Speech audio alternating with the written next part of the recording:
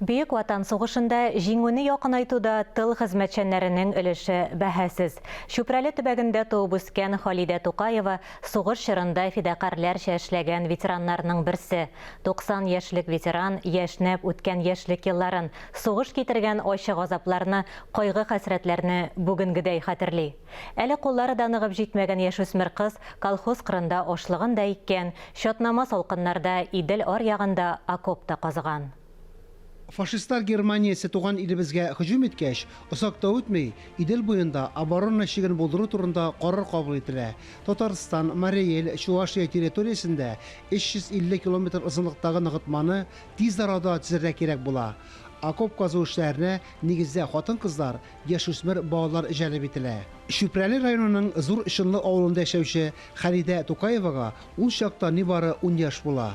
Соғыш башланғанда, ең бірінші соғыш башланды да, соғыш башланды деп әттілер, әтейлерін байнаға алып кеттілер.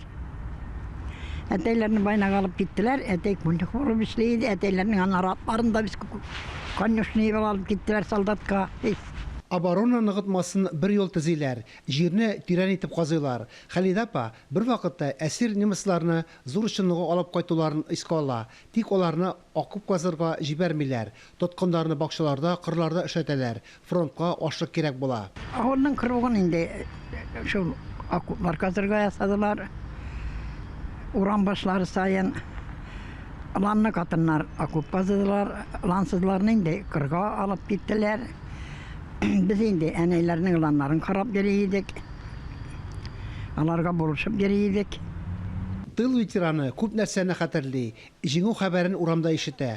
Шатлыкларының шиге булмый. Авыл клубына җыелышып, кочаклашалар, елашалар. Алда бөтен кеше шатландылар.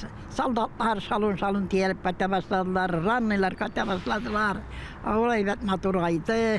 Колхоз матурайды, байыды колхоз бик яхшы. Кем битниларга не шут помощь бирә башладылар. Кемнең ире байнады үлеп калган, аларга шут помощь бирә башлады. Кем инде күбрәк балалы кеше ланнар белән калган, аларга шут помощь бирә башлады колхоз. Халида Тукаева әле дә сугыштан соңгы авыр, әмма күңеленә рәхәт елларны искә ала. Бер-берсен хөрмәт итеп, ярдәмләшеп, тату яшәүләрен кат-кат исенә төшерә. Хәзерге яшьләргә дә әйтер сүзләре бар аның.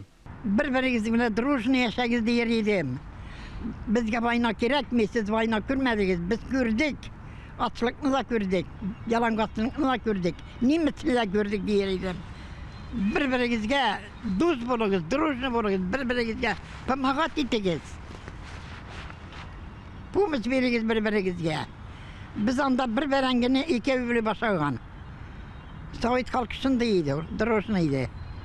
Büyük җиңү көне якынлашкан бу көндәрдә Халида апа башка тыл ветераннары кебек үк хатирәләрне искә төшерә.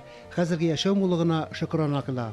Күкләребезнең аяз булуын, тыныч имин яшәүебезне теләп, чын күңелдән дугалар укый, теләкләр тели. Фанис Мөхәммәтов, Дмитрий Евторов, Ринат Сахиб Гаряев, Ленар Хабибуллин, Татарстан яңалыклары.